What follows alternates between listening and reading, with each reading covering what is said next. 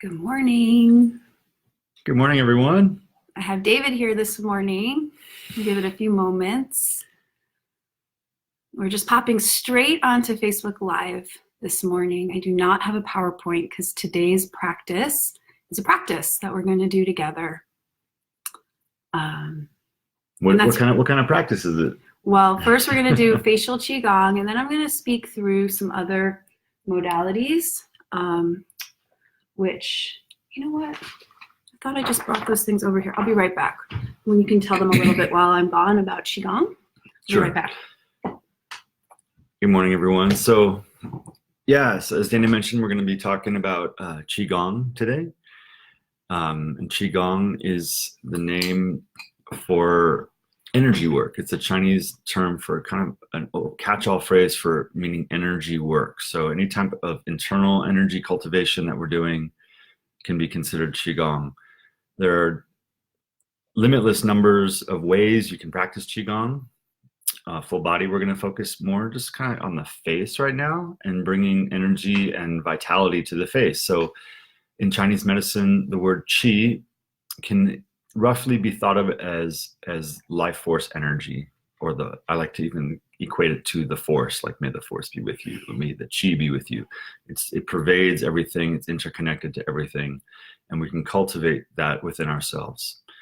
And often our face needs extra love. So, as we spend time outdoors in the sun and through life, taking different things internally that can affect our skin, toxins, foods, whatever it may be, we need to love our skin a little bit more. And especially as time catches up with us, we start to see things a little more coming through, and how can we nourish and love our faces and our skin a little bit more. So Dana asked me to come on and talk about that a little bit with you, and we'll go through a little facial qigong practice, some movements to help the skin on the face.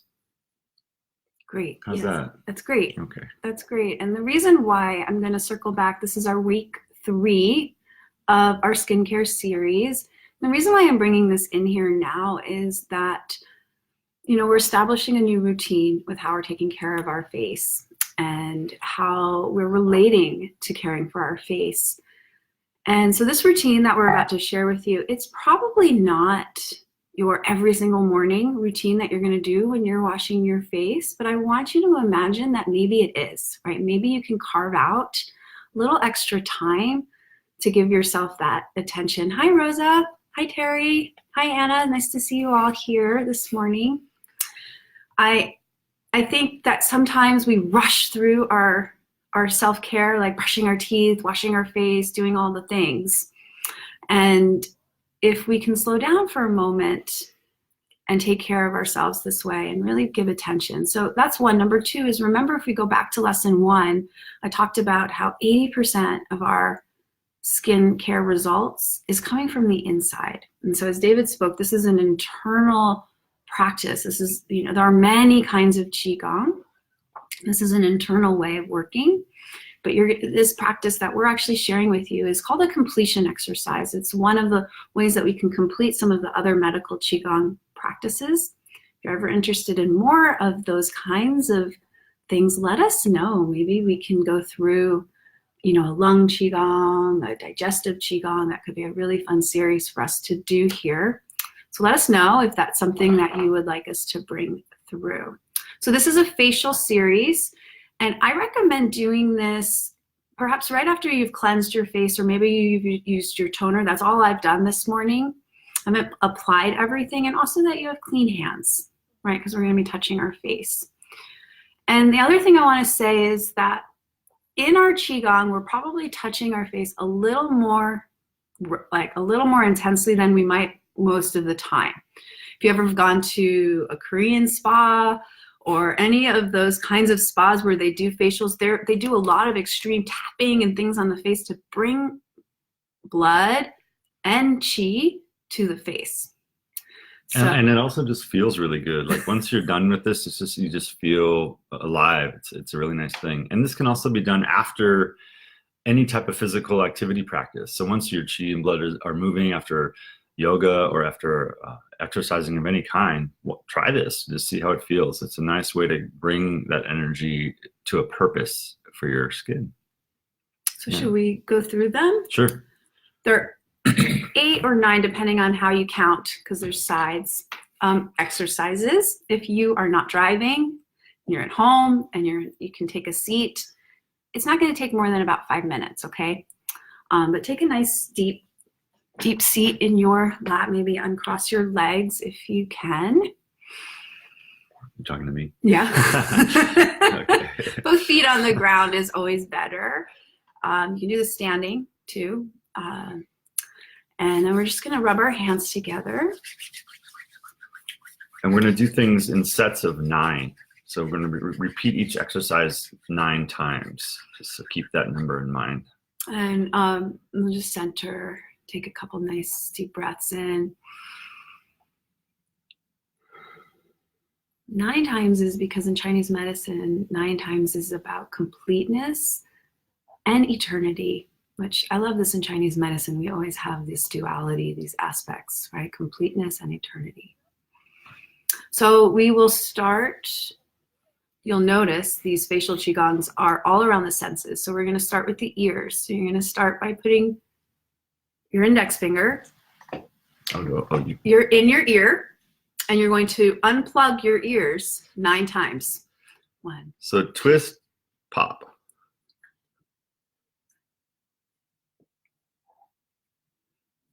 9. Then you're going to take your index finger. You're going to make this little hook. And you're going to go over both. Okay, 9 times. 1, 2, 3, 4, 5, 6, 7, 8, 9. So you can see there's a little bit of pressure that I'm doing, but I'm not doing it too excessively, right? You want to pull all those wrinkles flat. 9 times. And then we're going to go under the eye. Also 9 times. 1, 2, 3, 4, 5, 6, 7, 8, 9.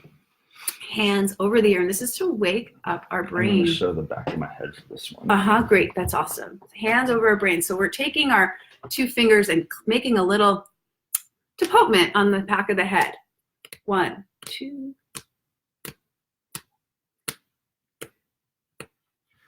Now you are squeezing in your ears so you do not hear anything. You're cupping your ears, and when you release your index finger to pop onto the back of your head, it should be quite loud, and do it right at the occiput, right where the skull meets your neck muscles.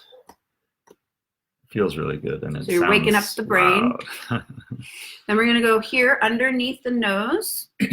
This is an acupuncture point called large intestine 20. 9 times each direction. And here you're going to push. You're going to give some pressure there. 9. 9. And then the same kind of movement that we were doing above and below the eyes to the lips.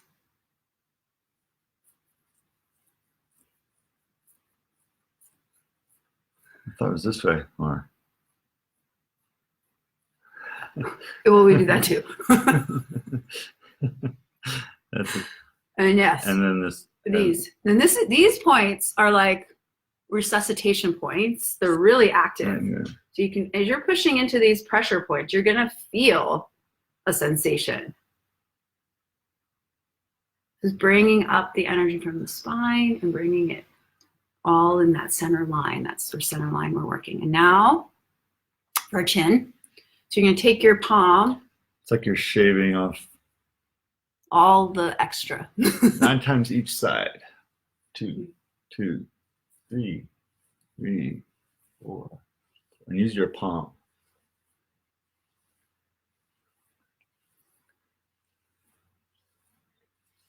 And then you're going to just move down. Thyroid, really important. Also flushing. You're just going to really lay your hands over your heart. And you're closing and you're completing. That felt so good. Right? So quick, so easy. And And then whatever routine you're doing, right? If you're doing the aging, which we haven't done spots, whatever routine you're doing, then you can go into your skincare routine. So I'll just speak out those steps again so that as a review. So you'll start with the finger in the ear, then you're going to move over the eyes, to the under. You're using like this edge of your finger right here. And then this waking up the senses, the popping, the brain, under the nose, above and below the lips, chin swipe, throat swipe. Complete. Thank you. So thank yourself. And thank you.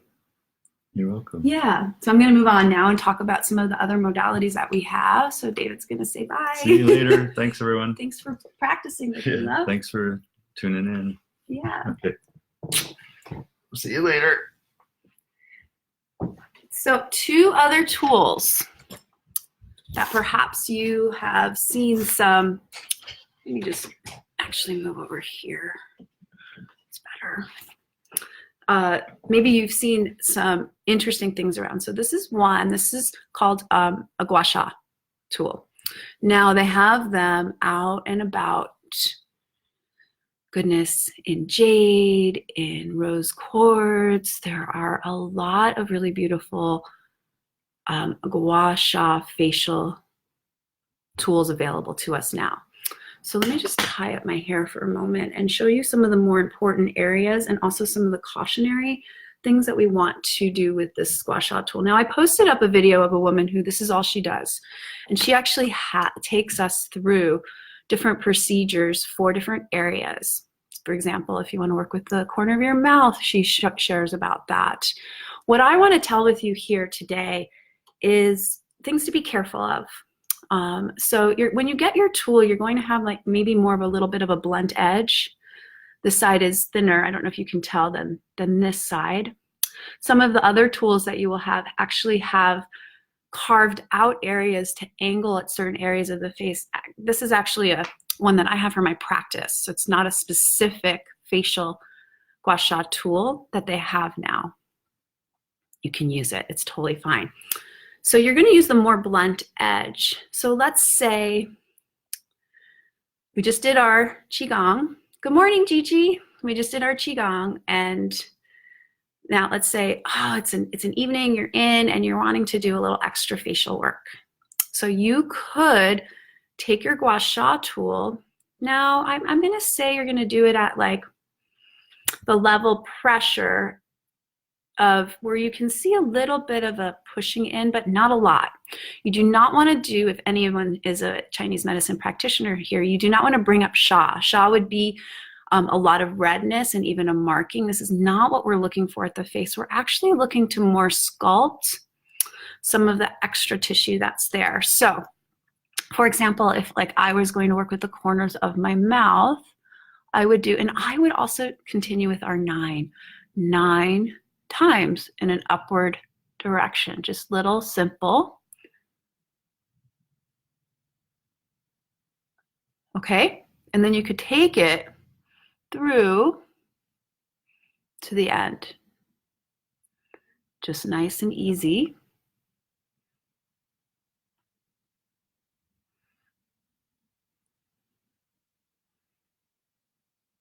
So it's a mild pressure. It's not, like I said, you're not going to get it really red.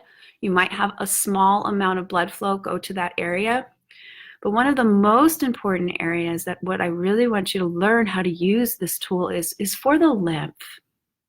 So our lymph is really comes up and down really, and we want to make sure that we're able to have good flow around our neck.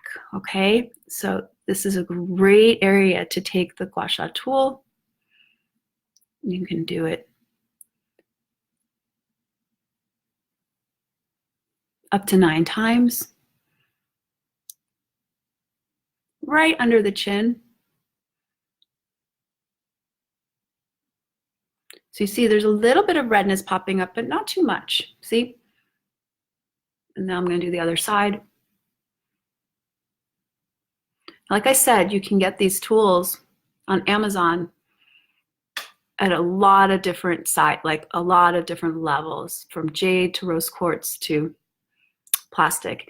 And believe it or not, in Chinese medicine school, we were taught how to use just a regular old Chinese soup spoon, right? Those porcelain soup spoons. So it's just about having that really good blunt edge and understanding the flow, okay? So you can see a little bit of redness. That means that I'm getting good blood flow. Now, you could also take it to certain areas, like I have my thinking lines here.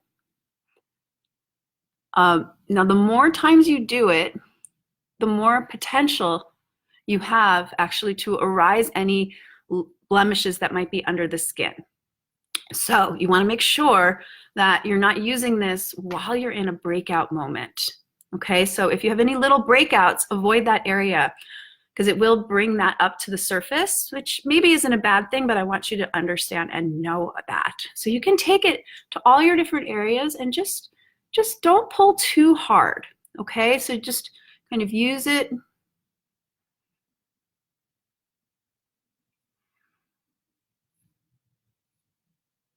And take your time, just know that you're creating a little bit of sculpting, right? Feels really good. So if you end up getting one, let me know. Now I'm going to use our buy one, get one today, my blue tansy. I'm going to be very blue, but I'm going to actually use this afterwards because it's really good to calm if I did have any little breakouts wanting to brew, right? So I can see right here it got quite red, so I'm going to put a little here. Now I'm going to look really interesting here on live with my blue. But this is a great restorative oil. So anytime you're using any of these other kinds of tools, blue tansy is really wonderful for repair. You know how helichrysum is really good for repair, like a liquid stitch? So is this blue tansy in terms of helping our skin heal. Because some of the things that we're using these tools, right? So the squash shaw tool, it's bringing stuff up. So it's really nice to bring in. Now remember, the blue stays blue for a little while, but it's really nice to bring in that blue tansy right after doing any of that kind of work. So I'm actually going to add a few drops of copaiba as well. These are two of my favorites for post. You see how beautiful, and yes, I use both of those straight on my skin, but you might want to dilute them. I just have tough skin, so we'll share that. So I want to show you one more tool. Let me know if you have questions. I see you're all coming on here. Let me know if there's any questions. This is called a tiger thermy. Now this is it's called moxibustion is the tool that we would put inside here. I'm just looking for my little moxa stick that goes inside. We're moving and unpacking, so I have things in many different areas. So it comes with these little teeny moxa sticks that go inside, and they burn. So it makes this end really warm. And the moxa stick is called, it has an herb in it called mugwort. So I'm not going to burn and do this live because you need to have 100% attention while you're doing it. And I actually really recommend seeking out an acupuncturist who does facial rejuvenation for this. But I wanted to just share it with you because it's once you learn how to do it, you can do it at home really easily. So you have some moxa in here burning, and then you're just literally going to follow the lines that you want to heal, right? So like my laugh lines, I would go up and down, but now you have the moxa in here. I'm not doing it live because you can see I'm having to, it's just difficult because the live camera is opposite. So I just didn't trust myself, but you would follow all the areas. So like for me around my mouth, and it doesn't burn, but you'll feel if it starts to get a little warm, you'll feel it and you'll just give it a break and then you can come back. And maybe what I'll do is film myself doing it so that I can do it safely for all of you. Because it's a really great thing to do at home. It's a great thing to do like before a big night out because you bring a lot of blood flow to the face. And if you've just done your gua sha, kind of releasing any extra swelling, you're going to have a really like defined sculpted face, not blue like I am now. Let me see if there's any things here. The gua sha on the neck. Is the stroke always, yeah, we want to go down actually, because a lot of times we get congestion in the face. I know that there's an idea that we want our skin to go up. So you could go under here, Terry, you could go up because there's not really lymph there. This is an area. But here on the sides, I recommend that downward stroke. So that way we're really working in alignment with the sculpting of the face. So you can see in, like I said in the beginning, in the event on the Facebook group, there's a woman who has one for every kind of sculpting. So Terry, she might have a reason to go up.